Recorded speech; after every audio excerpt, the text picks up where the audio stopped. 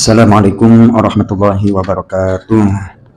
Bismillah, alhamdulillah, wassalatu wassalamu ala rasulillah wa ala alihi wa ashabihi wa mawalah amma ba'du. Bapak-bapak jamaah masjid Nurul Ikhlas, hamba-hamba Allah yang mulia, melanjutkan kultum kemarin dari surah Al-Isra ayat yang ke-11. Temanya adalah manusia itu diciptakan dalam keadaan tergesa-gesa. Nah, ini pada kesempatan kultum malam ini ada urian pendek, saya kutip dari tafsir Ibnu Katsir, adalah sebagai berikut. Ini tafsir Ibnu Katsir. Bismillahirrahmanirrahim. Wa yad'ul insanu bisyarri du'aahu bil khair wa kana al insanu ajula. Dan manusia itu berdoa untuk kejelekan sebagaimana dia berdoa untuk kebaikan. Dan adalah manusia itu bersifat tergesa-gesa. Kemudian di dalam tafsirnya dijelaskan, Allah Subhanahu wa Ta'ala menyampaikan tentang ketergesa-gesaan manusia di dalam berdoa dalam sebagian keadaan untuk dirinya, atau untuk anaknya, atau untuk hartanya, atau untuk orang lain dengan binasa.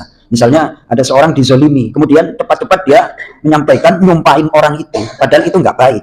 Nah, kemudian di dalam tafsir yang lain dijelaskan bahwa seandainya manusia itu dikabulkan permintaannya, tentunya akan menjadi tidak baik. Nah, kemudian oleh Syekh Muhammad Mutawalli Asy'ari disampaikan bahwa manusia itu hanya mengetahui lahiriahnya, akan tetapi hakikatnya tidak tahu. Berarti dalam ditundanya doa atau tidak dikabulkannya doa itu ada kebaikan, hanya saja manusia tidak ngerti. Contoh, belum layak untuk jadi pemimpin publik, belum usia 40 jadi pemimpin, kira-kira rusak apa enggak itu Mas Soto? Ya kan, nggak usah diterangin semuanya berapa paham ini, ya kan?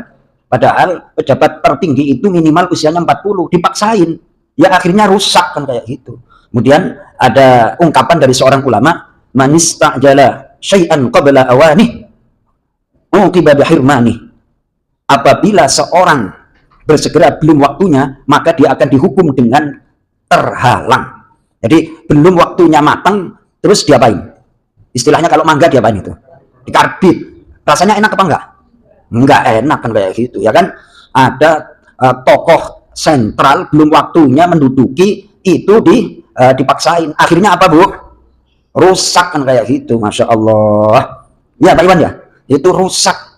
Nah, kemudian saya pernah ditanya, bagaimana kejadian seperti itu Pak Ustadz apabila ada satu jabatan diduduki oleh orang yang enggak pas? Zolim itu namanya. Zolim itu nyerobot hak orang lain. Istihqaqu haqqil ghairi bi ghairi idzni, nyerobot ngambil haknya orang lain tanpa izin. Jadi pejabat pemimpin itu kan harus pintar, punya pengalaman. Bener Mas Soto? Lah ini pintar enggak, punya pengalaman enggak, ijazahnya enggak jelas. Lo terus lah akhirnya apa? Itu berarti zolim. Itu yang bermasalah yang milih, yang bermasalah apa? Astagfirullahaladzim, kok enggak pintar-pintar gitu loh. Ya kayak gitu kok dipilih Mas Soto, ya. Insyaallah besok-besok jangan pilih yang kayak gitu. Kok jadi kesana-sana nih Mas Soto, ya. Ya Allah, ini masalahnya. Saya lanjutin aja deh. Kemudian ada riwayat nih dalam tafsir Ibnu Katsir dijelaskan bahwa adalah manusia diciptakan dalam keadaan tergesa-gesa.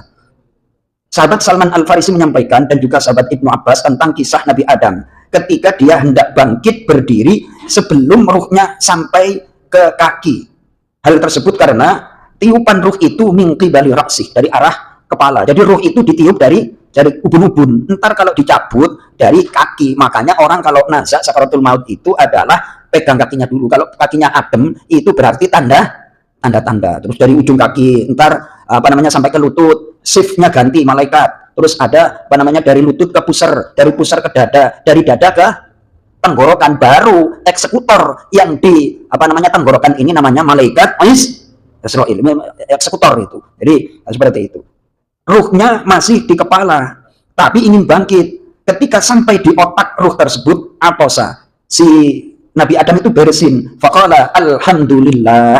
Faqala Allah, kemudian dijawab oleh Allah, yarhamuka rabbuk, Tuhanmu menyayangimu wahai Adam. Ketika ruh itu sampai ke kedua matanya, kemudian fatahahuma, kemudian kedua matanya itu dibuka oleh Adam. Ketika ruh itu berjalan ke seluruh anggota tubuhnya, kemudian Nabi Adam melihat dan kagum. Fahamma bin nuhudi, kemudian berkeinginan untuk bangkit sebelum ruh itu sampai ke dua kakinya, akan tetapi nggak nyampe gitu. Lalu Nabi Adam berdoa kepada Allah, ya Rabbi ajil qoblal lail, ya Rob segerakan sebelum malam, kan kayak gitu. Jadi apa namanya, memang manusia itu diciptakan dalam kondisi tergesa-gesa.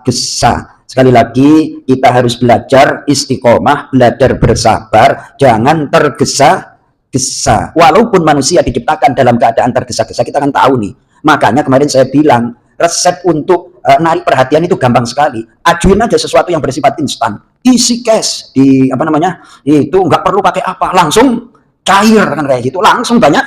Itu karena manusia itu dikondisikan dalam tergesa-gesa, psikologinya cepat untuk kepada hal yang tergesa-gesa. Ini kalau mau nungguin orang gampang, apa namanya, promosiin aja, iming-imingi sesuatu yang bersifat tergesa-gesa.